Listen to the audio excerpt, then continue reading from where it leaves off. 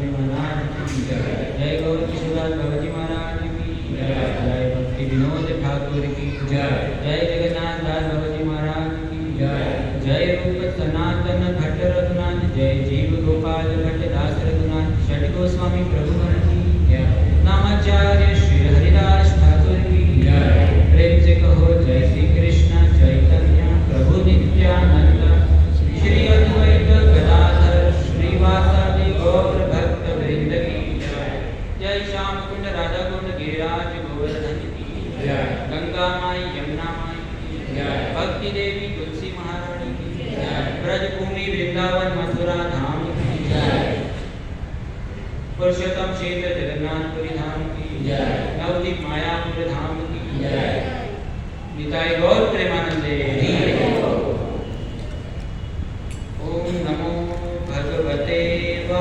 वासुदेवाय। ओम नमो भगवते वासुदेवाय। ओम नमो भगवते वासुदेवाय। ओम नमो भगवते वासुदेवाय। ओम नमो भगवते वासुदेवाय। ओम नमो भगवते वासुदेवाय। नारायणं नमस्कृत्य नारायणं नमस्कृत्यं नरं चैव नरोत्तमं नरं चैव नरोत्तमं देवीं सरस्वतीं व्यासं देवीं सरस्वतीं व्यासं ततो जयमुदीरये। ततो जयमुदीरये। नित्यं भागवत सेवया नित्यं भागवत सेवया भगवते उत्तम श्लोके भगवती उत्तमश्लोके भक्तिर्भवति नैष्टकी। भक्तिर्भवतिर्नैष्टकी। ॐ ज्ञानतिमिरान्धस्य ज्ञानाञ्जनशलाकया चक्षुरुन्मीलितं येन तस्मै श्रीगुरुवे नमः। श्रीचैतन्यमनोभीष्टं स्थापितं येन भूतले स्वयं रूपं कदा मह्यं ददाति स्वपदान्तिकम्। वन्देऽहं श्रीगुरु श्रीपदकमलं श्रीगुरून् वैष्णवांश्च श्रीरूपं साग्रजातं सहगणरघुनाथान्वितं तं सजीवं साद्वैतं सावधूतं परिजनसहितं कृष्णचैतन्यदेवं श्रीराधा कृष्णपादाः सहगणा ललिता श्रीविशाखान्वितांश्च। नमो विष्णुपादाय कृष्णप्रेषाय भूतले श्रीमते भक्तिवेदान्त स्वामिनिधि नामिने। नमस्ते सारस्वते देवे गौरवाणी प्रचारिणे निर्विशेष शून्यवादी पाश्चात्यदेशतारिणे। नमो महावदन्याय कृष्णप्रेमप्रदायते कृष्णाय कृष्णचैतन्य नाम्ने गौरविषे नमः। वाञ्छाकल्पतरुभ्यश्च कृपासिन्धुभ्येव च पतितानां पावनेभ्यो वैष्णवेभ्यो नमो नमः। हे कृष्ण करुणा सिन्धु दीनबन्धु जगत्पते गोपेश गोपिकाकान्त राधाकान्त नमस्तुते। जय काञ्चन गौराङ्गी राधे वृन्दावनेश्वरी वृषभानुसुते प्रणमामि हरे प्रिये। जय श्री कृष्ण चैतन्य प्रभु नित्यानंद श्री अद्वैत गदाधर श्रीवासादि गौर भक्तवृंद। हरे हरे कृष्णा कृष्णा कृष्णा हरे हरे हरे राम राम राम हरे हरे। हरे कृष्णा कृष्णा कृष्णा हरे हरे हरे राम राम राम हरे हरे। हरे कृष्णा कृष्णा कृष्णा हरे हरे हरे राम राम राम हरे हरे।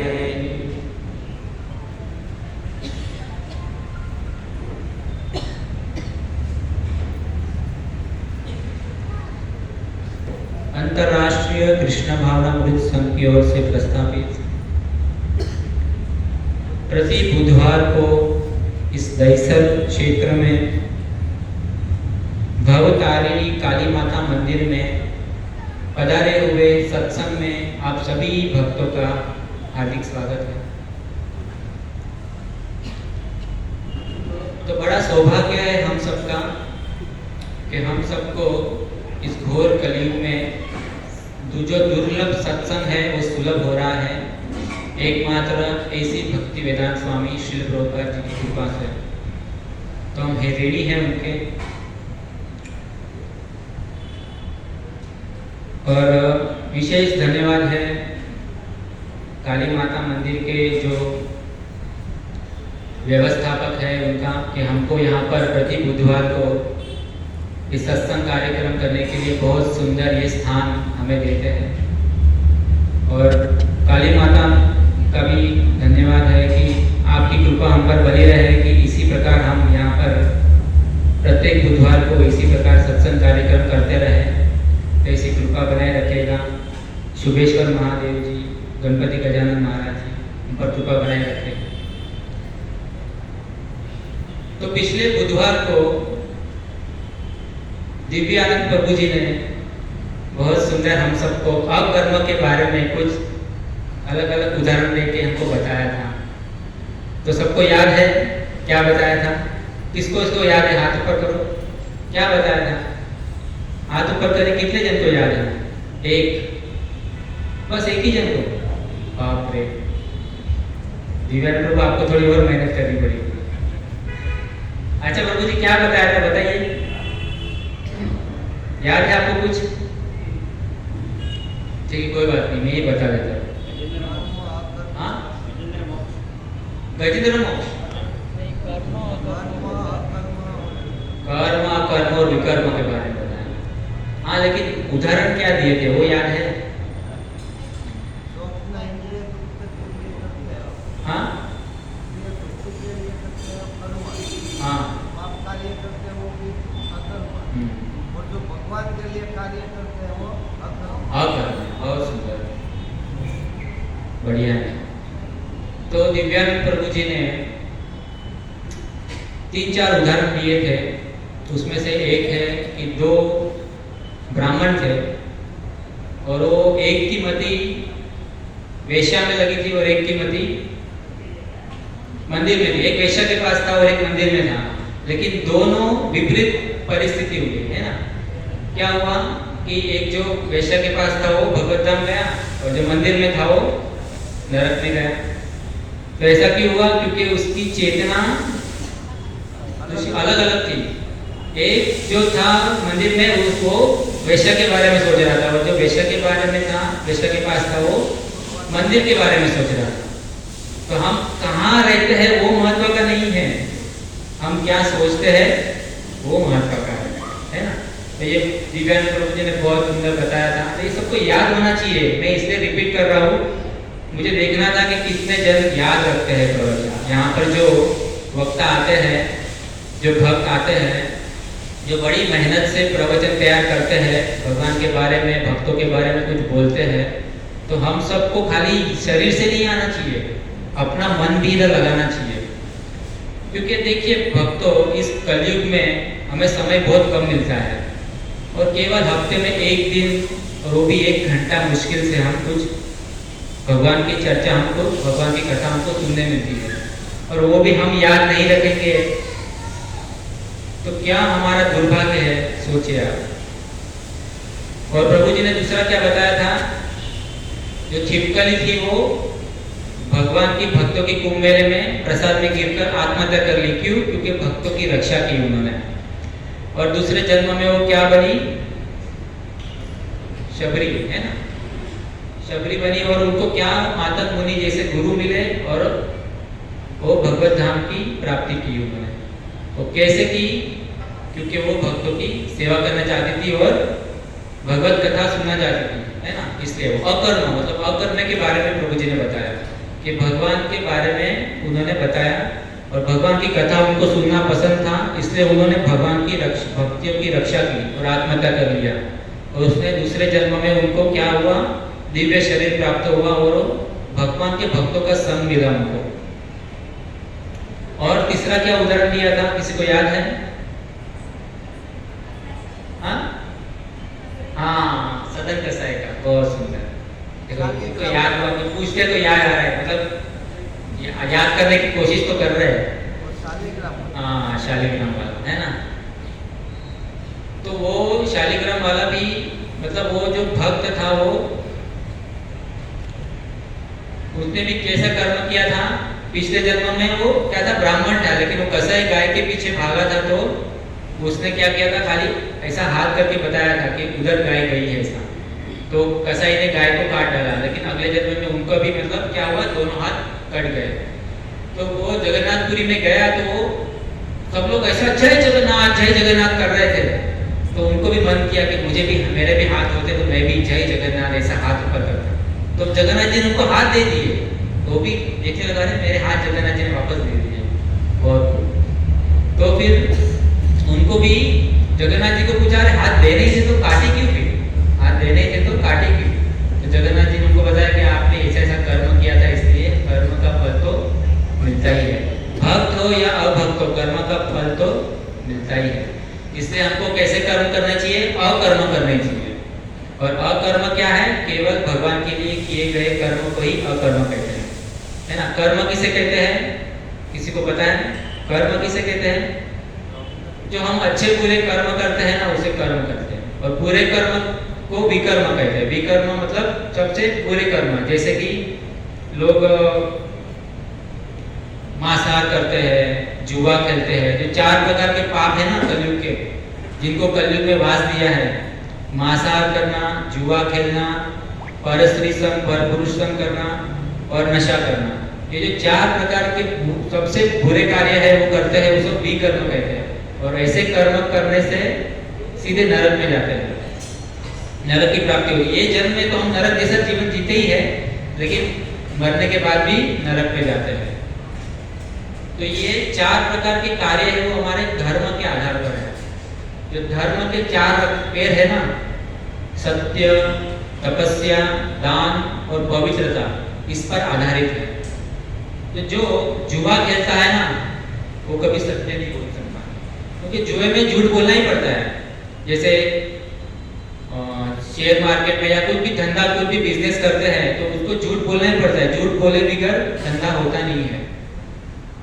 तो जो जुआ खेलता है वो सत्य के मार्ग पर नहीं चल सकता, कभी भी सत्य का पालन नहीं कर सकता। इसलिए हमेशा किसी को भी सत्य बोलना है तो उसको जुआ नहीं खेलना चाहिए। ये धर्म का मूल है सत्य।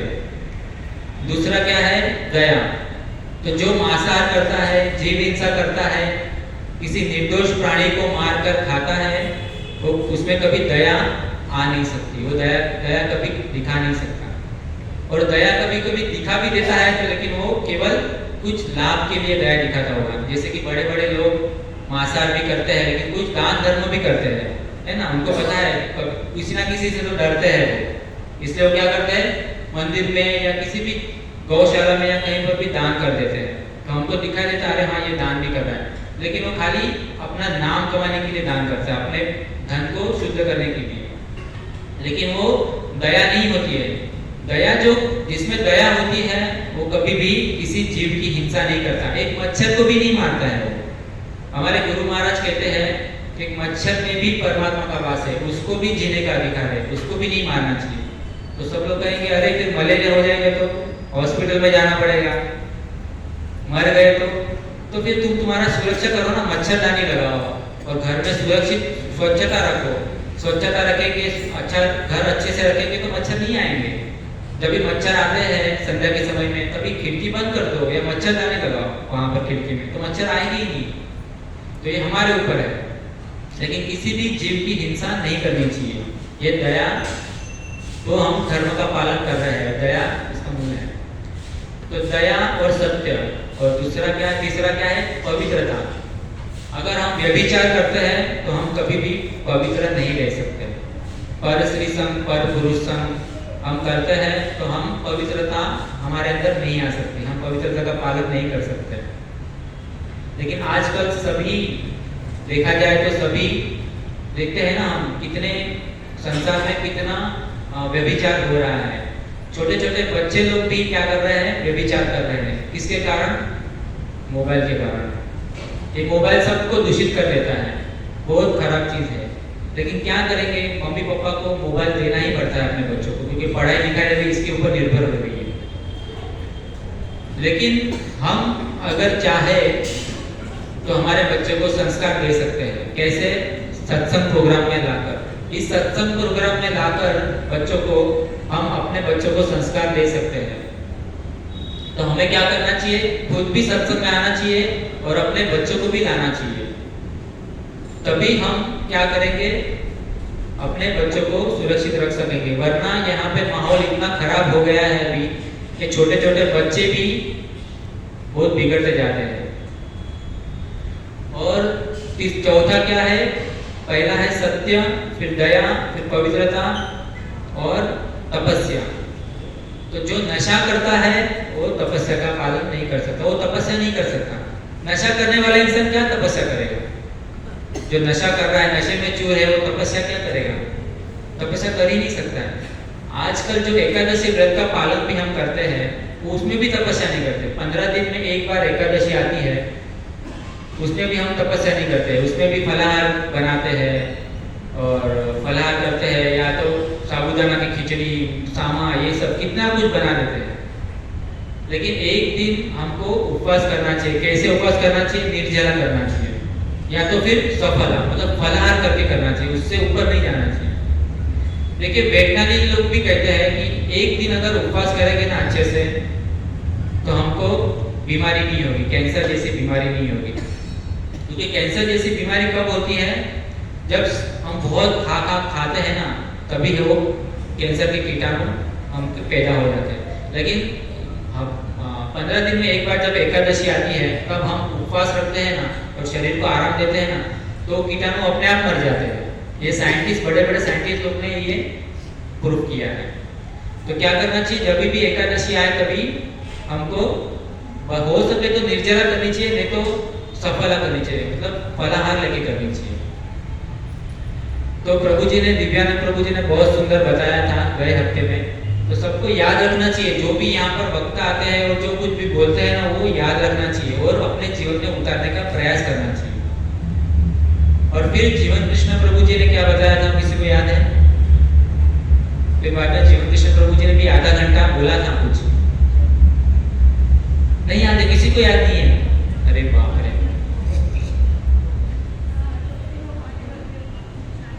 हाँ,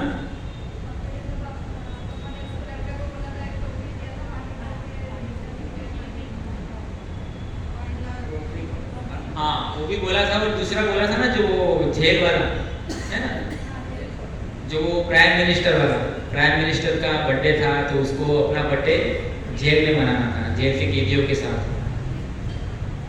लेकिन हम लोग भूल गए। देखो कलयुग का कितना प्रभाव है हम पर, हमारे सर पर। वो देखिए, सोचिए कि हमको गए हफ्ते का भी याद नहीं है क्या बोला था। तो फिर क्या हम हमारा जीवन परिवर्तन कर पाएंगे? सोचिए। हमें तो लग रहा था कि इतने साल से हम यहाँ पर प्रोग्राम कर रहे हैं, तो भगवान की कृपा से आप सब भक्त बन जाएंगे और सबके भाल पे ऐसा गोपी चंदन तिलक होगा, उद्धव पिंडर तिलक, और गले में कंठी माला पहन लोगे, चुटिया रखोगे। लेकिन कोई मतलब प्रवचन ही याद नहीं रख रहे हैं, कथा, भगवान की कथा और जीवन में उतारने का बात तो बहुत दूर रहा। तो भक्तों, ऐसा नहीं करना है,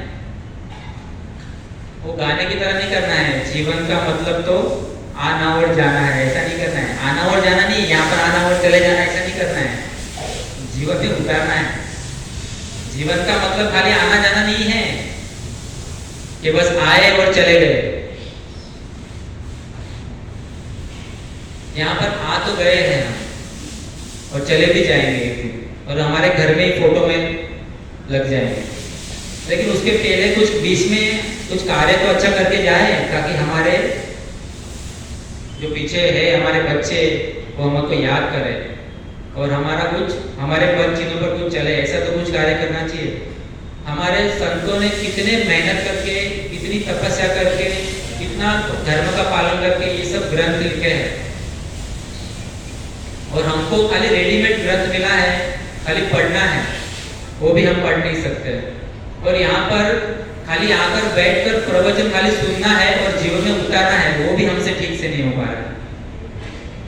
तो कितना बड़ा दुर्भाग्य है हमारा। मनुष्य जन्म पाइया, राधा कृष्ण ना बजिया, जानिया सुनिया विष खाई। मनुष्य जन्म तो हमें मिला है, लेकिन ये मनुष्य जन्म है ना, बहुत दुर्लभ है, लेकिन हम लोग को पता नहीं चल रहा है। लेकिन ये शरीर में जब भयंकर रोग होगा ना, तो अब ये शरीर की वैल्यू पता चलेगी। अभी तो हम स्वस्थ है ना, बराबर से देख पा रहे हैं, चल पा रहे हैं, बोल पा रहे हैं, इसलिए शरीर की वैल्यू हमें अभी कहानी चल रही है। इसलिए हम क्या है, कथा में आकर भी कथा में नहीं है, खाली शरीर से आ गए हैं, लेकिन मन यहाँ पर हमारा लग नहीं रहा है। क्यों? क्योंकि हमारे में बहुत सारे अनर्थ भरे हुए हैं। काम, क्रोध, लोभ, मोह, माया, मत्सर, ये सब बड़े बड़े जो अनर्थ है ना, वो हमारे अंदर है। और ये अनर्थ की निवृत्ति कैसे होगी? एकमात्र हरे कृष्ण महामंत्र उच्चारण करने से होगी। हरे कृष्णा कृष्णा कृष्णा हरे हरे, हरे राम राम राम हरे हरे। ये हरे कृष्ण महामंत्र का उच्चारण हम जब अब तक चालू नहीं किए ना, तब तक हमारी अनर्थ की निवृत्ति नहीं होगी। मैं मेरा अनुभव आपको बताऊं तो आज से 15 साल पहले 2011 में यहाँ पर ही जो समाज कल्याण हॉल में अभी कथा की थी ना हमने गए साल, तो वहाँ पर ही कथा चल रही थी, भागवत कथा। उसमें लास्ट के 2 दिन में खाली गया था। उसके पहले मैं ये चारों प्रकार का पाप करता था। जो 4 प्रकार के पाप है ना, वो चारों प्रकार के पाप में करता था। लेकिन उस कथा में मैं 2 दिन गया, लास्ट के 2 दिन, और मैं इतना प्रभावित हो गया। और प्रभु जी के हाथ से, प्रभु जी सबको माला बांट रहे थे, तो मैंने भी माला ले ली साहस करके। और प्रभु जी ने पूछा कितनी माला करोगे, तो मैंने कहा 5 माला करूंगा। तो तब से मैं माला करने लग गया और सत्संग में आने लग गया। और सत्संग में ये जो सेवा है ना, चटाई बिछाने की, व्यासपीठ सजाने की, फोटो लगाने की, कुर्सी बिछाने की, वो सब सेवा करने लगा। स्वामी विवेकानंद स्कूल है ना देसर में, वहां पे प्रोग्राम होता था हर शुक्रवार। तो वैसे ही सेवा करने लगा और माला करने लगा, तो मेरे सारे अनर्थ निवृत्ति अपने आप हो गई। मुझे कुछ भी छोड़ना नहीं पड़ा। जो चारों प्रकार के पाप है ना, मांसाहार करना, जुआ खेलना, नशा करना, परस्त्री संग, परपुरुष संग, ये चारों प्रकार के पाप चले गए, अपने आप चले गए। मुझे कुछ प्रयास नहीं करना पड़ा छोड़ने का। लेकिन ये कब हुआ संभव? जब मैंने हरे कृष्ण महामंत्र का जप करना शुरू किया तब, और भक्तों का संग किया तब, भक्तों की सेवा की, भगवान की सेवा की तब ये हुआ। तो जो भी अपने आप को शुद्ध करना चाहता है, इस मनुष्य जीवन का उद्धार करना चाहता है, उसको हरे कृष्ण महामंत्र की माला तो जपनी ही पड़ेगी। उसके सिवा कोई उद्धार नहीं है उसका। तो मेरा आपसे हाथ जोड़ के निवेदन है कि आप जितना जल्दी हो सके ये हरे कृष्ण महामंत्र की माला जपना शुरू कर दीजिए। इसमें बहुत शक्ति है, भगवान के नाम में बहुत शक्ति है भक्तों। रामायण का एक प्रसंग है कि जब प्रभु श्री राम को लंका पार करना था, तब उसने बीच में समुद्र में पुल बनाना था। तो जब हनुमान जी पत्थर पर श्री राम लिख रहे थे और पत्थर समुद्र में डाल रहे थे, तो पत्थर भी तैरने लगे। अभी सोचो, पत्थर तैरने लग जाते हैं प्रभु श्री राम का नाम लिखने से, तो क्या हम भगवान का नाम लेंगे तो क्या हम नहीं तर जाएंगे? अवश्य तर जाएंगे। लेकिन ये विश्वास होना चाहिए, श्रद्धा होनी चाहिए। हमको अभी तक श्रद्धा ही नहीं है। हरे कृष्णा कृष्णा कृष्णा हरे हरे, हरे राम राम राम हरे हरे। प्रेम से भगवान का नाम लेंगे तो क्या नहीं तर जाएंगे? हम अवश्य तर जाएंगे, लेकिन हम लेते नहीं हैं। श्रीमद् भगवद गीता में 10वें अध्याय में 10वें नंबर के श्लोक में भगवान कहते हैं, तेषां सतत युक्तानां भजतां प्रीतिपूर्वकं ददामि बुद्धि योगम तम येन मामुपयान्ति ते। भगवान क्या कहते हैं? जो भी भक्त मेरा, जो भी जीव मेरा प्रीति पूर्वक भजन करेगा, मेरा नाम प्रेम से लेगा, उसको मैं दिव्य गति प्रदान करूंगा, उसको मैं अपने धाम में लेके जाऊंगा। ये भगवान कहते हैं, ददामि बुद्धि योगम, तो उसको मैं दिव्य बुद्धि दूंगा कि वो मुझे समझ सके और मेरे पास आए। तो भगवान को समझना है, भक्तों को समझना है, भगवान की दिव्य लीला को समझना है, तो हमें क्या करना होगा? हरे कृष्णा कृष्णा कृष्णा हरे हरे, हरे राम राम राम हरे हरे। इस महामंत्र का जप करना होगा, इस महामंत्र का जप नित्य करना होगा। श्रील प्रभुपाद जी ने कहा है कि जो 16 माला का जप करेगा, 4 नियम का पालन करेगा, एकादशी व्रत का पालन करेगा, उसे मैं अवश्य भगवत धाम लेके जाऊंगा। तो जो भगवान के धाम में जाना चाहते हैं उसको क्या करना चाहिए? रोज 16 माला का जप करना चाहिए। इस हरे कृष्ण महामंत्र का रोज 16 माला का जप करना चाहिए। लेकिन जिन्होंने अभी तक माला शुरुआत ही नहीं की है करना, उसको 1-2 माला से शुरुआत करनी चाहिए। वो धीरे धीरे फिर अपने आप बढ़ जाती है, उसमें रुचि उत्पन्न हो जाती है, प्रेम उत्पन्न हो जाता है भगवान के नाम में। और ये सब भगवान ही करते हैं, हमें कुछ प्रयास नहीं करना पड़ता। ये सब भगवान ही अपने आप करते हैं, क्योंकि हमारे सबके हृदय में भगवान परमात्मा के रूप में वास करते हैं। तो भगवान ही हमें अंदर से प्रेरणा देते हैं कि क्या सही है क्या गलत है।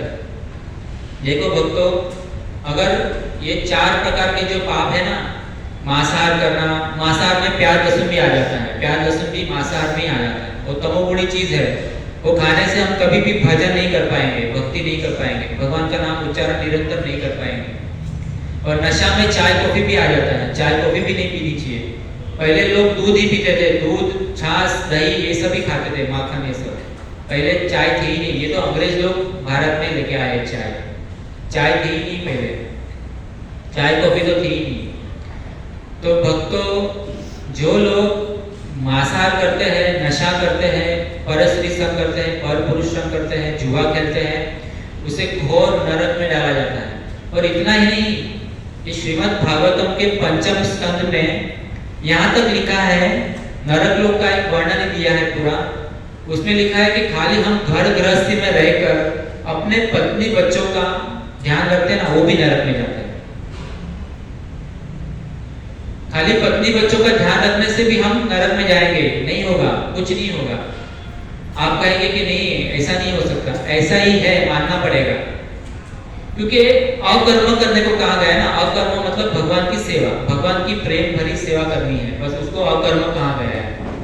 बाकी कर्म करने से भी कर्म का बंधन लगेगा, यहाँ पर रह जाएंगे, फिर जन्म लेना पड़ेगा, या तो फिर बुरे कर्म करेंगे तो नरक में जाना पड़ेगा, या पुण्य कर्म करेंगे। कुछ पुण्य कर्म मतलब किसी को समझो कुछ खिला दिया, किसी को दान कर दिया, या किसी से अच्छा व्यवहार कर दिया, तो कुछ पुण्य जमा किया होगा ना, तो उससे हम स्वर्ग में चले जाएंगे।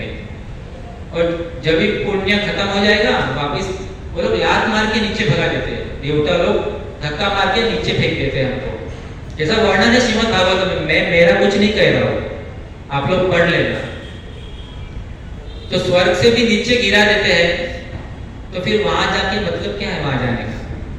जाना तो वहां चाहिए ना, कि वापिस फिर वहां भी सीधे यहाँ आना ही ना पड़े। मरना मरना सब कहे, मरना न जाने कोई। मरना हो तो ऐसे मरो कि फिर मरना ना हो, मतलब वापिस मरना ही ना पड़े। ऐसे एक बार ही मरना है हमको कि वापिस मरना ना पड़े। वो कैसे मरना होगा? भगवान का स्मरण करके। अगर भगवान का स्मरण हो गया हमें अंत समय में, तो हम भगवान के धाम में चले जाएंगे। भगवान ने भगवत गीता में कहा है, अंत काले च मामेव स्मरण मुक्ता कलेवरम। अंत समय में जो मेरा स्मरण करेगा, मेरा नाम का उच्चारण करेगा, मुझे याद करेगा, उसे मैं अवश्य लेने पाऊंगा और मेरे धाम में लेके जाऊंगा। तो हमें क्या करना चाहिए? भगवान का भजन करना चाहिए। अब भगवान को समझे कैसे? तो भगवान ने भगवत गीता में 4 अध्याय के 9वें श्लोक में कहा है, जन्म कर्म च मे दिव्यम एवं यो वेति तत्वतः त्यक्त्वा देहं पुनर्जन्म नेति मामेति सो अर्जुन। भगवान क्या कहते हैं? जो मेरे जन्म और कर्म को, जो मेरे दिव्य जन्म और कर्म को तत्व से जान लेता है, वो फिर से इस जन्म मृत्यु के चक्कर में नहीं फंसता, और फिर वो मेरे सनातन धाम को प्राप्त होता है। तो भगवान के जन्म कर्म क्या है? दिव्य है। कैसे दिव्य है?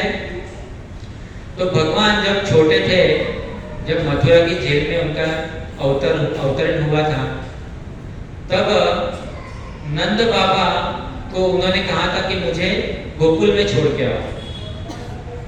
तो नंद बाबा सोच रहे थे कि ये मेरी लोखंड की बेड़ियां जो कंस ने बांध रखी है वो कैसे छूट जाएगी। तो जैसे ही कृष्ण को हाथ में लिया ना नंद बाबा ने, तो बेड़ियां अपने आप खुल गई। वसुदेव जी ने कृष्ण को, वासुदेव को अपने हाथ में लिया, गोद में लिया, तो लोखंड की बेड़ियां अपने आप छूट गई। तो जैसे ही कृष्ण को हाथ में लिया तो उनका बंधन खुल गया। तो हम भी जैसे कृष्ण के नाम को ग्रहण करेंगे, तो हमारा भी जन्म मृत्यु का बंधन ऐसे ही छूट जाएगा, जैसे वसुदेव जी का छूटा, वैसे ही हमारा भी छूट जाएगा। तो हमको क्या करना चाहिए? भगवान का नाम का प्रेम से कीर्तन करना चाहिए, हरे कृष्णा कृष्णा कृष्णा हरे हरे, हरे राम राम राम हरे हरे। तो इस महामंत्र का जप हमको प्रेम से करना होगा। और फिर गोकुल में छोड़ के आ गए जब वसुदेव जी, तो गोकुल में जब पूतना राक्षसी जो देवी का रूप धर के आई थी गोकुल में कृष्ण को मारने के लिए, कालकूट नाम का विष अपने स्तन पे लगा के आई थी। कृष्ण को क्या मारने के लिए, मारने की इच्छा से आई थी। लेकिन कृष्ण ने उनको माता की गति प्रदान की। क्यों? लेकिन ये भगवान इसे कहते हैं कि भगवान क्या देखते हैं कि भले वो मुझे मारने आई है लेकिन माता बन के आई है ना, अपना स्तनपान कराने आई है। स्तनपान कराने वाले को क्या कहते हैं? माता कहते हैं। तो माता बन के आई है तो उनको माता का स्थान दिया। हालांकि वो राक्षसी थी लेकिन फिर भी उसको माता का स्थान दिया। तो हम अगर प्रेम से भगवान को पुकारेंगे और प्रेम से भगवान से संबंध बनाएंगे तो क्यों भगवान हमको स्वीकार नहीं करेंगे? लेकिन हमें विश्वास होना चाहिए, श्रद्धा होनी चाहिए। हमें श्रद्धा ही नहीं है, विश्वास ही नहीं है, इसलिए हम क्या है, अभी तक भगवान का नाम, भगवान को हमें अपनाया नहीं है अभी तक। इसलिए संबंध बनाना चाहिए। अगर संबंध बनाएंगे ना भगवान से तो हम भगवान की सेवा अच्छे से कर पाएंगे। लेकिन अभी जब तक हमारा संबंध नहीं होगा तब तक हम भगवान की सेवा नहीं कर पाएंगे। जैसे कि किसी पिता का उसके पुत्र से संबंध होता है तो उस पुत्र के बारे में वो कितना सोचता है ना। किसी माता का अपने पुत्र से संबंध होता है तो माता पुत्र के बारे में कितना चिंतित रहती है कि उसने खाया है कि नहीं, वो ठीक से सोया है कि नहीं, है ना, वो स्कूल में ठीक से पहुंचा है कि नहीं, स्कूल से आया है कि नहीं, कितनी चिंता करती है ना। कितना चिंता, पिताजी भी कितना चिंता करते हैं। हालांकि उनके लिए धन भी छोड़ के जाते हैं कितना सारा, वो तो चले जाते हैं लेकिन उनके बच्चों के लिए उनको कुछ प्रॉब्लम ना हो आगे जाके, इसलिए वो धन भी छोड़ के जाते हैं। तो सोचो एक साधारण से माता पिता अपने बच्चों के लिए इतना कुछ सोचते हैं, किसके कारण? संबंध के कारण। उसका संबंध है इसलिए। तो हमारा भगवान से जब संबंध हो जाएगा ना, हम भगवान से कुछ संबंध बना लेंगे ना तो हम भी भगवान से उतना वैसा प्रेम आदान प्रदान कर पाएंगे। तो जैसे यशोदा मैया ने कृष्ण से प्रेम किया था, मतलब वात्सल्य के रूप में, है ना। भगवान यशोदा मैया कृष्ण को पुत्र के रूप में मानते थे तो पुत्र के रूप में प्रेम किया, तो इसलिए यशोदा मैया कितनी चिंतित होती थी। तो एक बार कृष्ण ने कृष्ण को कहा कि अरे जंगल में वन में जा रहे हो, वृंदावन के वन में, तो उधर कुछ कंकर कांटे आपको लग जाए तो चप्पल पहन के जाइए। तो कृष्ण कहते नहीं, हमारी गैया भी बिना चप्पल के जाते हैं तो मैं भी बिना चप्पल के ही जाऊंगा। तो मतलब यशोदा मैया अपने लाला के लिए कितना चिंतित रहती थी। क्यों? क्योंकि उसका संबंध था, वात्सल्य रस था, है ना। तो वैसे ही क्या है, संबंध बनाना चाहिए। हम जब तक हम भगवान से संबंध नहीं बनाएंगे तब तक हम प्रेम नहीं कर पाएंगे और सेवा नहीं कर पाएंगे। तो वैसे ही भगवान के भक्तों से भी हमको संबंध बनाना चाहिए, मित्रता का संबंध बनाना चाहिए, गुरु का संबंध बनाना चाहिए, तभी हम उनसे कुछ ज्ञान प्राप्त कर सकते हैं। और जीवन में सबको गुरु बनाना चाहिए, शिक्षा गुरु और दीक्षा गुरु सबको बनाने चाहिए, क्योंकि वही हमारे शुभ चिंतक है। कुछ भी प्रॉब्लम हो ना, हमें कुछ भी समस्या हो ना, तो वो बाकी सबको, दुनिया वाले को नहीं बताना चाहिए, क्योंकि दुनिया वाले तो क्या है, हम पर हंसेंगे और हमारा गैर फायदा उठाएंगे। हम पर कुछ भी समस्या है तो हमारे शिक्षा गुरु को बताना चाहिए। ऐसे गुरु होने चाहिए कि उसको हम हमारे सुख दुख की बातें बता सके, सब बात शेयर कर सके और वो हमारा समाधान कर सके। वैसे ऐसे गुरु होने चाहिए। तो भक्तों जो 4 प्रकार के पाप करते हैं और जो खाली कर्म करते हैं वो नरक में जाते हैं। तो वो थोड़ा हम श्रीमद् भागवतम के इस 5म स्कंद के 26वें अध्याय में जो नरक लोक का वर्णन है उसमें से कुछ हम श्रवण करते हैं, ठीक है।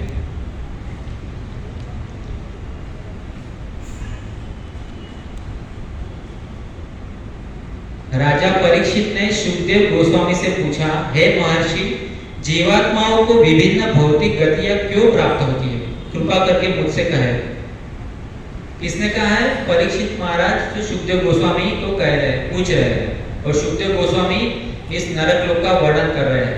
परीक्षित महाराज को माध्यम बना के हम सबको कह रहे हैं। परीक्षित महाराज तो शुद्ध भक्त थे, तो पांडव के वंशज थे, उनको जरूरत नहीं है, लेकिन वो हम सब के लिए कह रहे हैं।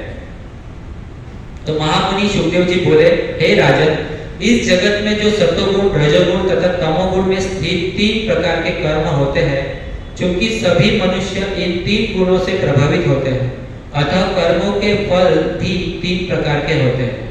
जो सत्वगुण के अनुसार कर्म करता है वह धार्मिक एवं सुखी होता है।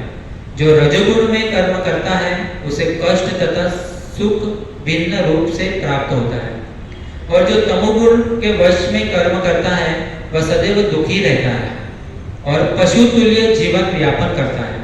विभिन्न गुणों के कारण भिन्न भिन्न मात्रा में प्रभावित होने के कारण जीवात्मा को विभिन्न गतियां प्राप्त होती है। जो सत्वगुण में कार्य करता है वो सुखी होता है। सत्वगुण मतलब सुबह का समय जो होता है ना, वो सत्वगुण होता है। देखो भक्तों, जो सुबह का समय सत्वगुण होता है, फिर धीरे धीरे दोपहर शाम तक रजोगुण होता है, फिर रात का समय तमोगुण होता है। लेकिन हमारा जो आहार है वो भी सत्वगुण, रजोगुण और तमोगुणी होता है। तो हमको क्या करना चाहिए? अगर भगवान का भजन करना है तो सत्वगुणी आहार करना चाहिए, और सत्वगुणी आहार मतलब फलाहार और हरी सब्जियां, और वो भी उसमें भी कर्म बंधन लगता है। भगवान ने भगवत गीता में कहा है, पत्रम पुष्पम फलम तोयम योवे भक्ता प्रयश्यति, है ना। जो पत्र, पुष्प, फल और तोय मतलब पानी, ये सब चीज मुझे अर्पण करके जो प्रसाद के रूप में ग्रहण करता है तो उसको पाप लगता नहीं है, मतलब उसको कर्म बंधन नहीं लगता है। तो हम सबको क्या करना चाहिए? भगवान को जो हम कुछ भी खाते हैं पीते हैं वो भगवान को भोग लगाकर स्वीकार करना चाहिए प्रसाद के रूप में, तब उसका कर्म बंधन नहीं लगेगा, वो फिर अकर्म हो जाएगा। अकर्म मतलब मतलब उसको फल की अपेक्षा रहित कर्म, मतलब हमको फल की अपेक्षा नहीं रहती है उसमें। जो भगवान के लिए किया गया कर्म उसको अकर्म कहते हैं। तो ये सबको याद रखना है कि हमको क्या करना चाहिए। जो भी खाते हैं, जो भी मतलब हम कुछ भी खाते हैं, मतलब प्याज लहसुन भी खाते हैं तो प्याज लहसुन भगवान नहीं खाते, तो वो भोग नहीं लगाना चाहिए। प्याज लहसुन बिगर का भगवान के लिए बनाया हुआ भगवान को भोग लगाएंगे तुलसी पत्र रखकर, तो भगवान प्रेम से स्वीकार करेंगे और फिर उस महाप्रसाद हो जाएगा। फिर वो महाप्रसाद को हम ग्रहण करेंगे तो हमको उसका पाप नहीं लगता है। तभी हमारी चेतना शुद्ध होगी महाप्रसाद खाने से भगवान का, और तभी हम भगवान का नाम उच्चारण कर पाएंगे। तो भक्तों, हमारा आहार भी शुद्ध होना चाहिए, क्योंकि हमारी चेतना जैसा अन्न वैसा मन, कहते हैं ना कि जैसा हम अन्न खाएंगे वैसा हमारा मन होगा। तो हमें आहार हमारा शुद्ध होना चाहिए। फिर आगे क्या कहते हैं? राजा परीक्षित ने सुखदेव गोस्वामी से पूछा, भगवान क्या ये नरक ब्रह्मांड के बाहर है कि इसके भीतर, इसकी लोक में भिन्न भिन्न स्थानों पर है?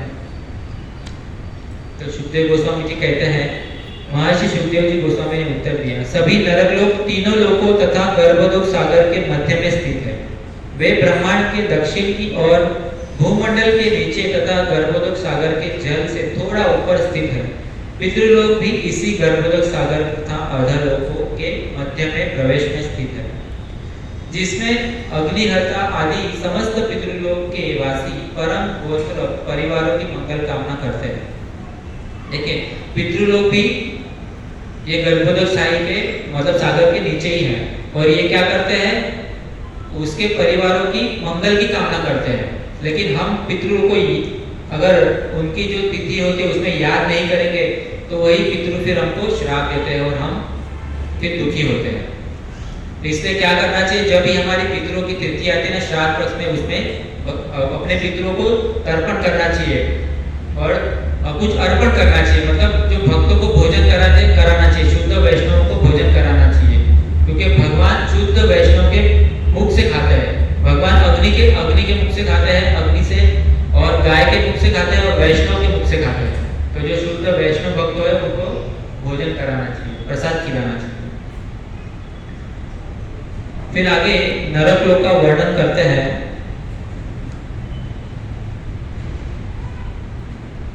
हे राजन, जो पुरुष दूसरों की वैध पत्नी, संतान या धन का अपहरण करता है उसे मृत्यु के समय यमदूत काल के रस्सों से बंद कर तामिंस नामक नरक में डालते हैं। भक्तों, 28 प्रकार का नरक है।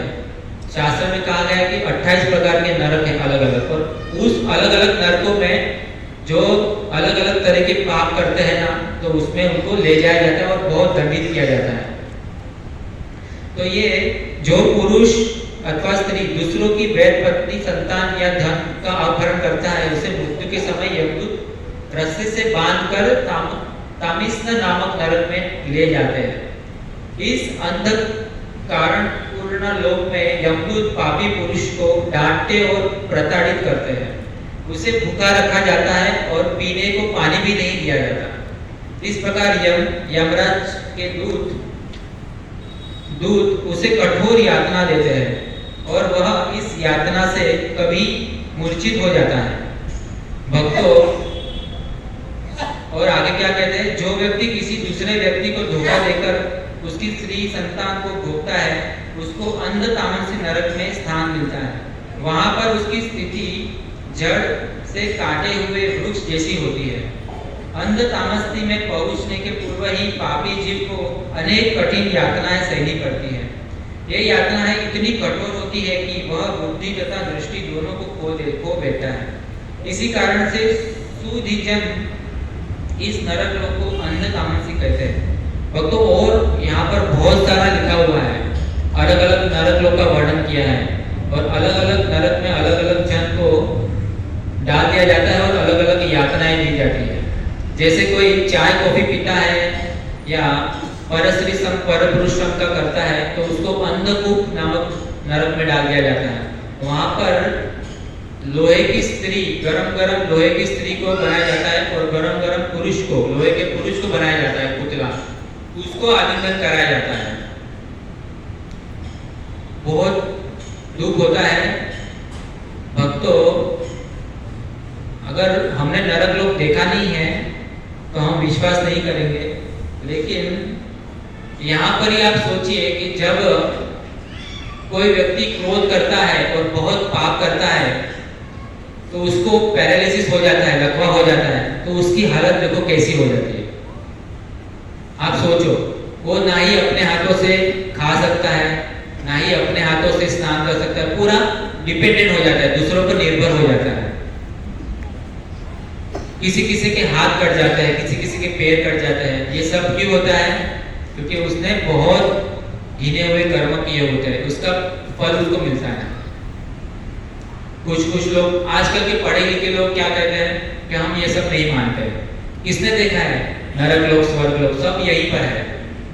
अगर यहीं पर ही है, यहीं पर भी मिलता है दंड, ऐसा नहीं है। कुछ कर्म के फल हम यहाँ पर जीवन कृष्ण प्रभु जी ने बताया था, कुछ कर्म के फल तुरंत मिल जाते हैं और कुछ कर्म के फल बहुत सालों के बाद, अगले साल में या बहुत साल के बाद भी मिलते हैं। जैसे पितामह भीष्म भगवान के शुद्ध भक्त हैं, 12 महाजन में उनका नाम आता है। जो 12 महाजन भगवान को अच्छी तरीके से जानते हैं, उसमें पितामह भीष्म का नाम आता है। लेकिन पितामह भीष्म को भी इच्छा मृत्यु का वरदान था, फिर भी बाण शया पर उनको सोना पड़ा। कितने बाण उनको अर्जुन के द्वारा लगे। क्यों लगे?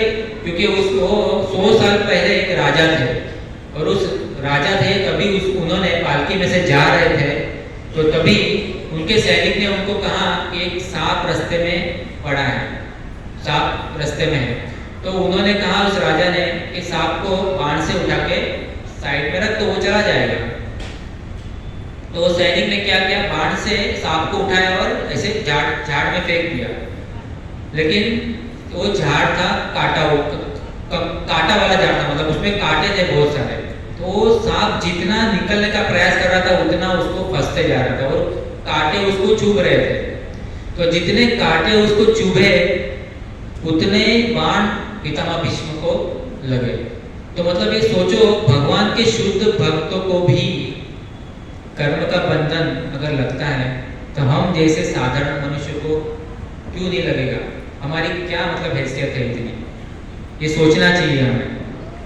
भगवान श्री राम के पिताजी दशरथ महाराज जब मृग्या खेलने जा रहे थे, मृग्या करने, तब उनको पानी में कुछ आवाज हलचल दिखाई दी, सुनाई पड़ी। तो उन्होंने अंधेरे में तीर मार दिया, अनजाने में तीर छोड़ दिया। तो तीर लगा श्रवण कुमार को। तो श्रवण कुमार को तीर लगा, तो वो श्रवण कुमार तो मर गया, लेकिन वो मरते मरते वो राजा दशरथ को कहा कि ये मेरे माँ बाप माता पिता यहाँ पर आए हैं, तो उनको आप पानी पिला देना, मैं उनके लिए पानी भरने आया था। तो राजा दशरथ पानी लेके उनके माता पिता के पास जाते थे, और उनके माता पिता ने उनको पूछा आप कौन है? श्रवण कुमार तो उनको लगा कि उनके पुत्र ही आए, लेकिन उन्होंने हाथ स्पर्श किया तो उनको पता चल गया कि ये मेरा पुत्र नहीं है, कोई और है। तो राजा दशरथ ने रोते हुए कहा, वो दुख व्यक्त करते हुए कि मैं राजा दशरथ हूँ। तो श्रवण के माता पिता ने पूछा उनको कि मेरा पुत्र कहाँ है श्रवण? तो राजा दशरथ ने कहा कि वो मैंने बाण मारा, तो वो मेरे बाणों से वो मतलब देह छूट गया, उनका देह त्याग हुआ, वो मर गए। तो उनके माता पिता ने भी उनको श्राप दिया मरते मरते, वो भी मर गए, लेकिन मरते मरते श्राप दिया कि जैसे मैं पुत्र वियोग में मरे हैं ना हम लोग, वैसे आप भी पुत्र वियोग में मरोगे। तो वो राजा दशरथ भी, उनको भी 4 पुत्र हुए, राम लक्ष्मण भरत और शत्रुघ्न, लेकिन उनका जब प्राण छूटा तब एक भी पुत्र उनके पास नहीं है। अब सोचो, भगवान उनके पुत्र थे और भगवान के पिताजी थे, तो वो उनको भी श्राप लग सकता है, तो फिर हमारी क्या औकात है? फिर सोचो हम किस खेल की मूली है, ऐसा बोला जाए तो ये भक्तों कर्म अकर्म और विकर्म, ये इसको समझना चाहिए ध्यान से, और इसका पालन करना चाहिए। इसलिए हमको क्या करना चाहिए? कर्म भी नहीं करना चाहिए और विकर्म भी नहीं करना चाहिए। कर्म मतलब कुछ अच्छे कर्म, पुण्य कर्म, या और विकर्म मतलब बुरे कर्म, एकदम बुरे कर्म। तो ये सब हमें नहीं करना चाहिए। हमें क्या करना चाहिए? केवल अकर्म करना चाहिए। अकर्म मतलब भगवान के लिए प्रेम से किया हुआ कर्म। जैसे यहाँ पर हम सत्संग करते हैं, है ना, यहाँ पर सत्संग का आयोजित होता है, हम सब यहाँ से बड़ी श्रद्धा से आ जाते हैं। भले हमको कुछ समझ में ना आया, हमको याद भी नहीं रखते हैं पिछले बुधवार को क्या बोला वो हमको याद नहीं है, लेकिन हम आते तो हैं बड़ी श्रद्धा से। कभी ना कभी भगवान हमें हृदय में प्रेरणा करके हमको याद करेंगे, शुद्ध करेंगे। तो हम यहाँ पर आते हैं सत्संग में, तो हमको यहाँ पर बहुत सारी सेवाएं मिलती है, तो उसको प्रेम से हमको करना चाहिए। ये क्या है? अकर्म है, भगवान की सेवा है ना, ये भी एक प्रकार से सत्संग मतलब क्या है? भगवान के लिए कार्य कर रहे हैं ना, हम भगवान को प्रसन्न करने के लिए। यहाँ पर जो वक्ता आते हैं वो भी भगवान को प्रसन्न करने के लिए बोलते हैं, वो अपनी बढ़ाई करने के लिए, अपनी प्रशंसा करने के लिए व्यासपीठ पर नहीं बैठते, वो भी भगवान को प्रसन्न करने के लिए, भगवान का आशीर्वाद प्राप्त करने के लिए ही बैठते हैं। तो वो भी भगवान का ही कार्य कर रहे हैं, अकर्म करते हैं। और आप सब श्रोता भी जो आते हैं, सुनते हैं हम सब, तो वो भी अकर्म नहीं कर रहे हैं, मतलब भगवान की कथा सुन रहे हैं। तो यहाँ पर सत्संग में आते हैं ना, तो यहाँ पर भी बहुत सारी सेवाएं होती है, तो वो सेवा करनी चाहिए। वो भी क्या है? अकर्म में आता है। जितनी हमारी यथा योग्य मन वचन धन मन और तन से जो भी हमारे हमको ठीक लगे वो हमको करना चाहिए। किसी के पास धन है तो धन लगाना चाहिए, किसी के पास मन है, मन से सेवा करनी चाहिए। कलयुग का एक लक्षण है बहुत अच्छा, अगर मन से हमने कुछ भी अच्छा कार्य सोचा ना तो उसका फल मिलता है। अगर मन से हमने सोच लिया ना कि आज हमें यहाँ पर बढ़िया से बढ़िया प्रसाद खिलाना है सभी भक्तों को, भले हम खिलाए नहीं, पैसा भी ना दे, लेकिन उसका फल मिलता है। अगर मन से हम सोचे ना कि हमें श्री श्री राधा गिरधारी मंदिर में जाना है, हम ये रविवार को हम श्री श्री राधा गिरधारी मंदिर में जाएंगे और वहाँ पे सेवा करेंगे, सब्जी कटिंग करेंगे, प्रसाद बनाएंगे, प्रसाद सबको वितरण करेंगे, खाली मन से सोच लिया ना तो उसका फल हमें मिल जाता है। अगर हम मन से सोच लेना कि हमें वृंदावन जाना है और वृंदावन हम मन से पहुंच भी जाते हैं ना तो उसका फल मिलता है। मन से वृंदावन जाने का फल मिलता है, तो क्यों हम लोग नहीं जाए? जाना चाहिए। ये सब अच्छे कार्य मन से कि फल मिल रहा है, इतना कलयुग में हमको सुविधा मिल रही है, तो हमको मन से अच्छा सोचना चाहिए। लेकिन हमारा दुर्भाग्य है कि हम मन से अच्छा सोच भी नहीं सकते, हम बुरा ही सोचते हैं। मन से भी किसी के बारे में बुरा सोचते हैं, किसी से ईर्ष्या करते हैं, बस यही करते हैं। क्यों? क्योंकि हम ऐसे माहौल में रहते हैं ना, हम ऐसे माहौल में रहते हैं जहाँ हम बुरे लोगों का संग करते हैं, बुरा खाने को भी हम अच्छा नहीं खाते, भगवान का प्रसाद नहीं खाते हैं, पाप खाते हैं, भगवान को भोग लगाए नहीं खाते तो पाप खाते हैं। तो हमारे अन्न भी वैसा है, हमारा संग भी वैसा है, हम सुनते भी अच्छा नहीं है। अगर हम यहाँ के सुनते भी है तो जीवन में उतारते नहीं है, कुछ याद नहीं रखते हैं, तो कहाँ से हम अच्छा कार्य कर पाएंगे, कहाँ से अच्छा सोच पाएंगे? अच्छा सोचने के लिए भी अच्छा अंदर डालना पड़ता है। जैसा हम अंदर डालते हैं ना वैसा ही बाहर निकलता है। अगर थिएटर में जाके पिक्चर देखा है तो पिक्चर के गाने ही मुंह से निकलेंगे, भगवान का भजन नहीं निकलेगा, भगवान की कथा नहीं निकलेगी। भगवान की कथा, भगवान का कीर्तन तभी निकलेगा जब हमने अंदर डाला है, तभी निकल पाएगा, अन्यथा नहीं निकल पाएगा। बहुत मुश्किल है। सब लोग भगवान का भजन नहीं कर सकते। नहीं तो यहाँ पर कितने लोग घूमते हैं, हमने किसी को थोड़ी मना किया यहाँ पर आने के लिए, दरवाजा खुला ही है ना, गेट तो आ सकते हैं। जिसके पास श्रद्धा होगी, भगवान के प्रति प्रेम होगा तो वो यहाँ पर आ के बैठ सकते हैं, लेकिन नहीं आ पा रहे। क्यों? क्योंकि पाप इतना अंदर है ना, पाप इतना किया है ना, वो इधर आने ही नहीं देता है पाप। इसलिए भक्तों, भगवान का प्रेम से नाम लेना शुरू कर दो तो पाप उड़ जाएंगे, अपने आप उड़ जाएंगे, निकल जाएंगे। हरे कृष्णा कृष्णा कृष्णा हरे हरे, हरे राम राम राम हरे हरे। इस महामंत्र का कीर्तन करने से, इस महामंत्र का जप करने से हमारे सारे पाप अपने आप छूट जाएंगे, हमको पता भी नहीं चलेगा। बहुत सारे भक्तों को आप देख लो, खाली केवल हरे कृष्ण महामंत्र का कीर्तन किया, हरे कृष्ण महामंत्र का जप किया और केवल भगवान का प्रसादीकरण करते हैं, तो उस बुरे कार्य उसको छोड़ने ही नहीं पड़े, अपने आप छूट गए, प्रयास ही नहीं किया छोड़ने का। और अगर हम ये नहीं करेंगे, हरे कृष्ण महामंत्र का जप नहीं करेंगे और भगवान का प्रसाद नहीं खाएंगे, भक्तों का संग नहीं करेंगे, मंदिर में नहीं जाएंगे और केवल पाप कार्य करते रहेंगे, बस वही आहार निद्रा भय मैथुन, बस ये वही करते रहेंगे। खाली भोजन करना, घर पे 3-4 टाइम भोजन करना और घर में बस 8-10 घंटा सो जाना और पत्नी बच्चों के साथ बस खेलना कूदना, वही करना और काम धंधे पे जाना, बस वही करना, वही करेंगे तो शास्त्र में लिखा है, यही नरक लोक का वर्णन में लिखा है कि वो सीधा नरक में जाता है। जो भजन नहीं करता है, भगवान का नाम नहीं लेता है, सत्संग नहीं करता है, वो क्या करता है, केवल अपनी पत्नी बच्चों का भरण पोषण करने वाला भी नरक में जाता है। क्यों? क्योंकि वो कर्म करता है ना, बस उसने कुछ अच्छे पुण्य कर्म कर लिए होंगे तो उसे स्वर्ग मिलेगा, लेकिन स्वर्ग में भी पुण्य खत्म हो जाएगा तो फिर से यहाँ पर आना पड़ेगा। और यहाँ पर तो अभी तो सरकार अच्छी है इसलिए हमको सत्संग सुलभ हो रहा है, लेकिन जिस दिन सरकार बिगड़ गई उस दिन हमारा सत्संग सब बंद हो जाएगा, कीर्तन करना भी मुश्किल हो जाएगा। जैसे राक्षसों का राज्य बढ़ जाएगा ना, आप लोग समझ रहे हो मैं क्या कहना चाहता हूँ, खुल के नहीं बोल सकता, वीडियो चालू है ना इसलिए, लेकिन आप लोग समझ रहे हो मैं क्या बोलना चाहता हूँ। अगर राक्षसों की उत्पत्ति ज्यादा बढ़ गई ना तो फिर समझ जाना, फिर जो मिल रहा है ना वो नहीं मिलेगा, फिर बहुत पछतावा होगा, अंत समय में बहुत पछताएंगे सब फिर हम लोग। इसलिए अभी ये सत्संग सुलभ हो रहा है, मिल रहा है, तो भगवान का भजन अच्छे से कर लो और इसी जन्म में भगवान की प्राप्ति करना ऐसा लक्ष्य बना लो, तभी हम कुछ कर पाएंगे, भजन कर पाएंगे, अन्यथा नहीं कर पाएंगे। अन्यथा बस वो गाने की तरह जीवन का मतलब तो आना और जाना है, बस आएंगे और चले जाएंगे, कुछ यहाँ से लेके नहीं जाएंगे। यहाँ से यहाँ आते हो ना तो कुछ लेके जाना चाहिए यहाँ से। पिछले बुधवार का याद होना चाहिए, अगर याद नहीं रहना तो कोई बात नहीं, यहाँ रिकॉर्डिंग तो हो ही रहा है ना, उसमें देख लेना चाहिए, आप सब हो ही ना ग्रुप में, सुन लेना चाहिए।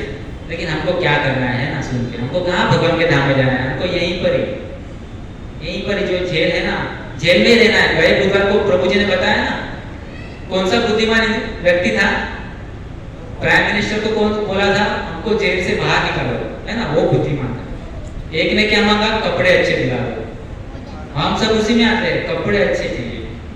किसी ने क्या कहा, भोजन अच्छा चाहिए, भोजन करा दो बस मजा आ जाएगा जेल में, तो बस हम सब भी उसी में ही है, बस भोजन अच्छा मिल जाएगा ना 3-4 टाइम, आज क्या जाना किधर जाना, है ना।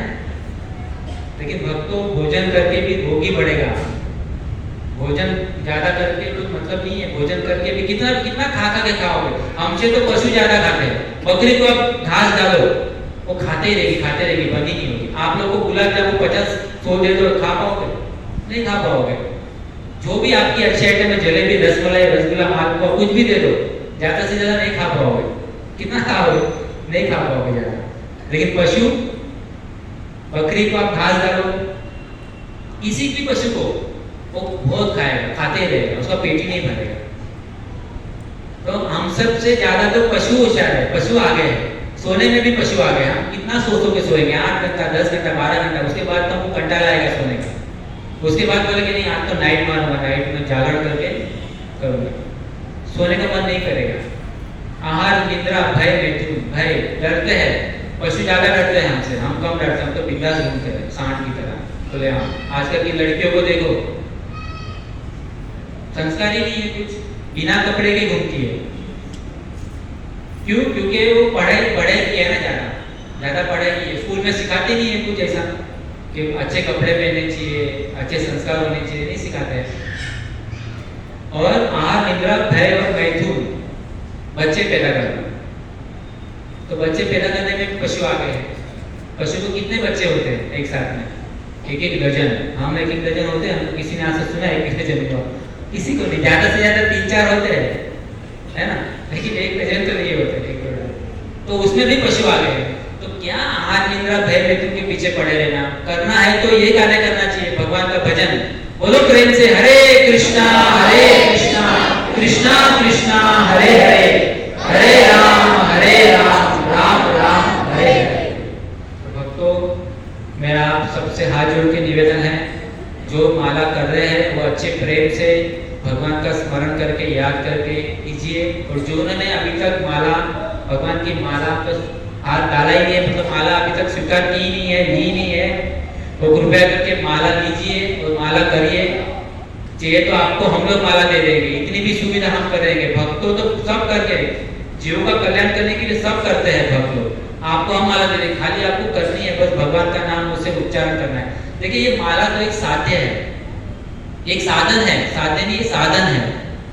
जैसे कि वृंदावन जाने के लिए हम ट्रेन में बैठते हैं, तो वो ट्रेन खाली एक साधन है वृंदावन पहुंचने के लिए। तो वैसे ये माला भी क्या है, एक साधन है। इसमें हाथ हम डाल के मुंह से भगवान का नाम निकलता है ना, इसलिए एक साधन है। अगर स्वाभाविकली मुंह से भगवान का नाम निरंतर निकलता हो तो उसके लिए माला की कोई जरूरत ही नहीं है। लेकिन हमारा निकलता नहीं है, इसलिए हमको ये माला की जरूरत पड़ती है। इसलिए माला सबको रखनी चाहिए और माला करनी चाहिए, सबको रोज माला करनी चाहिए। 16 माला का नियम है, ऐसा प्रभुपाद जी ने कम से कम 16 माला बोला है, क्योंकि कलयुग में किसी के पास समय नहीं है, समय निकाल नहीं पाते, इसलिए कम से कम 16 माला। लेकिन ज्यादा से ज्यादा हम माला कर सकते हैं, लेकिन पहले 1-2 माला से तो शुरुआत करो, जो नहीं करते हो तो ये हरे कृष्ण महामंत्र में बहुत शक्ति है भक्तों। ये माला हरे कृष्ण महामंत्र का जप करना शुरू करो। अगर हम अच्छा जीवन जीना चाहते हैं तो 4 प्रकार का कार्य नहीं करना चाहिए। मांसाहार नहीं करना चाहिए, नशा नहीं करना चाहिए, जुआ नहीं खेलना चाहिए, परस्त्री संग नहीं करना चाहिए।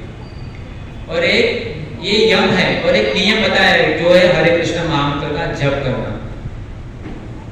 तो भक्तों, बहुत बहुत धन्यवाद आपका।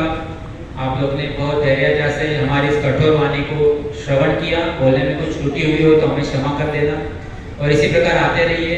और भक्तों, हमारा एक निवेदन है आपसे कि आप सब काफी समय से आ रहे हैं, तो आप सब क्या करिए, मंदिर में भी आइए। क्योंकि क्या होता है ना, मंदिर में हमसे भी वरिष्ठ भक्त वहाँ पर प्रवचन करते हैं, कथा करते हैं, भगवान की कथा लीला को सुनाते हैं। तो आप रोज नहीं आ पाओ तो कोई बात नहीं, कम से कम त्योहार में तो आना चाहिए। जैसे बड़ा बड़ा त्योहार हो, रामनवमी है, जन्माष्टमी है, राधाष्टमी है, अभी गौर पूर्णिमा आएगी तो गौर पूर्णिमा है, नरसिंह चतुर्दशी है, जगन्नाथ रथ यात्रा है, बहुत सारा फेस्टिवल है। श्री प्रभुपाद जी की संस्था में हमको श्री प्रभुपाद जी ने बहुत सारे फेस्टिवल दिया है, तो इस फेस्टिवल में आना चाहिए और प्रत्येक रविवार को मंदिर में आना चाहिए। तो हमारे बाजू में ही श्री श्री राधा गिरधारी मंदिर है, तो मिराड़ मंदिर में आप सबको आना चाहिए और वहाँ पर भगवान को प्रणाम करना चाहिए, क्योंकि प्रणाम करना भी भक्ति है, ये भी अकर्म है। भगवान ने भगवत गीता में कहा है, मन मना भव भक्तो मध्याजिमा नमस्कुरु। मुझे प्रेम से प्रणाम करो और मेरी शरण लो, मेरा नाम लो, तुम मुझे प्राप्त कर पाओगे, मैं आप पर कृपा करूंगा। तो भगवान को वहाँ प्रणाम करो, भगवान की प्रदक्षिणा करो। देखो वहाँ पर भक्त लोग जो होते हैं ना, वो 2:30-3 बजे उठकर कितना बढ़िया भगवान को सजाते हैं, भगवान का श्रृंगार करते हैं। हमको वो श्रृंगार नहीं करना है, लेकिन 2:30-3 बजे नहीं उठना है, लेकिन कम से कम हम 6 बजे 7 बजे उठकर भगवान के दर्शन करने तो जा सकते हैं ना, इतना तो हम कर सकते हैं ना। भक्तों, ये जो काया दी है ना, शरीर दिया है ना भगवान ने हमको, ये बहुत दुर्लभ है। इसकी कीमत हमें अभी नहीं समझ में आ रही है। तो इससे क्या करना चाहिए, इस काया से हमको हमारी पैरों की सार्थकता तब होगी जब हम भगवान के मंदिर में जाएंगे, और हाथ की सार्थकता तब होगी जब हम भगवान को प्रणाम करेंगे और भगवान के नाम के कीर्तन में ताली बजाएंगे। ये आंख हमारी तब सार्थक होगी जब हम भगवान का दर्शन करेंगे। ये जीवा हमारी तब सार्थक होगी, जब पुण्य होगी, अच्छी होगी, जब हम भगवान का नाम उच्चारण करेंगे। हरे कृष्णा कृष्णा कृष्णा हरे हरे, हरे राम राम राम हरे हरे। तो वहां पर भक्त लोग कितना अच्छा श्रृंगार करते हैं, वो श्रृंगार का दर्शन करने आइए। वहां पर सुबह 4:30 बजे मंदिर खुल जाता है, मंगला आरती होती है, उसके बाद नरसिंह आरती होती है, उसके बाद तुलसी आरती होती है। तुलसी माता को प्रदक्षिणा करते हैं, तुलसी को प्रणाम करते हैं, तुलसी माता को, उसका भी श्लोक है, वो सब हम सीखने मिलेगा, वो सब इसके लिए मंदिर में आना चाहिए।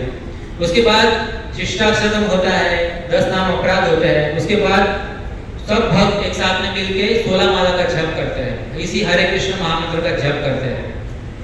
तो कम से कम रोज ना जा पाए तो कोई बात नहीं, लेकिन कम से कम रविवार को तो छुट्टी होती है, तो रविवार के दिन तो हमें समय निकाल के जाना चाहिए। उसके बाद बढ़िया से श्रृंगार आरती होती है, उसके बाद गुरु पूजा होती है, प्रभुपाद जी की आरती होती है, गुरु पूजा। उसके बाद श्रीमद् भागवतम क्लास होता है, कथा होती है, और बहुत वरिष्ठ भक्त प्रभुपाद जी के डिसाइपल्स, प्रभुपाद जी के शिष्य भी कभी कभी आते हैं वहां पर और कथा कहते हैं भगवान के बारे में, तो हमें सुनना चाहिए। उसके बाद बहुत सुंदर खिचड़ी प्रसाद होता है, बढ़िया से पेट भर के, तो वो हमें खाने को मिलता है। उसके बाद दोपहर को भी आरती होती है, फिर दोपहर को क्लास होता है, संडे के दिन लव फिश क्लास होता है, पूरे दिन प्रोग्राम चलते रहता है। तो लेकिन कम से कम हमको सबको सुबह आना चाहिए। तो आप सबसे मेरी हाथ जोड़ से निवेदन है कि आप सब प्रयास कीजिए हर प्रत्येक रविवार को सुबह मंदिर में आने के लिए, ठीक है। और भक्तों 3 महीने में हमारी एक बार सेवा आती है हमारे ग्रुप की, तो उसमें आप सब अवश्य पधारे। आप सब खाली हाथ ऊपर करते हो लेकिन आते नहीं हो। हमने भगवत गीता जो वितरण करते थे तभी भी हमने पूछा था आपको, आप सबने हाथ ऊपर किया था लेकिन आए नहीं थे, हमने देखा। ये सब भक्त लोग कितनी मेहनत करके भगवत गीता वितरण करते हैं। ये सब हम क्यों करते हैं पता है? धर्म की रक्षा करने के लिए। अगर हम ही हमारे धर्म की रक्षा नहीं करेंगे तो कौन करेगा, है ना। देखिए धर्म किसे कहते हैं? धर्म भगवान ने जो कहा है वो धर्म है। तो भगवान ने क्या कहा है? भगवत गीता कहा है। भगवत गीता मतलब भगवान ने गाया हुआ गीत है, तो उसका जो हम वितरण करेंगे, किसी को देंगे, तो उससे बड़ा तो उससे हमको क्या होगा? भगवान प्रसन्न हो गए उससे। तो ये सब कार्य करना चाहिए। भगवान की प्रसन्नता के लिए कार्य किया हुआ उसको अकर्म कहते हैं। तो ये सबको याद रखना चाहिए। बहुत बहुत धन्यवाद, समय हो गया है। आप सबका बहुत बहुत धन्यवाद। इसी प्रकार आते रहिए और आपके सगे संबंधी, मित्र संबंधी, आजू बाजू में भी जो रहते हैं उसको भी यहाँ पर आइए। हरे कृष्णा कृष्णा कृष्णा हरे हरे, हरे राम राम राम हरे। अंतर्राष्ट्रीय कृष्णा महानावली संघ की ओर से प्रचारित हर बुधवार के प्रोग्राम में आए भक्तों का हार्दिक स्वागत है। तो प्रभु जी ने बहुत सरलता से हमको 4 पाप नहीं करना चाहिए उसके बारे में बताया। मांस नहीं खाना चाहिए, जैसा उसमें कांदा लहसुन भी आता है। तो एक माता जी एक प्रश्न कर रही थी कि मुझे भजन तो करना है लेकिन ये कांदा लहसुन नहीं छूट रहा मुझे। तो एक प्रभु जी उनको अच्छा सरल से बता रहे थे कि आपकी जब शादी हुई तो एक हार्ड मांस का शरीर है जो पति चुनने के लिए आपने माँ बाप छोड़ दिए, हाँ, घर बार छोड़ दिए, लेकिन भगवान को प्राप्त करने के लिए कांदा लहसुन नहीं छोड़ रहे हो।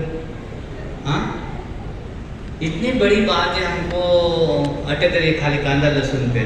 हाँ, और हमको भजन करना है, और ये अगर भजन करोगे तो भगवत प्राप्ति हो जाएगी हमारी, भगवान के दर्शन हो जाएंगे। क्योंकि ये कांदा लहसुन हम अगर खाते हैं तो हमारा मन भगवान में लगता नहीं है।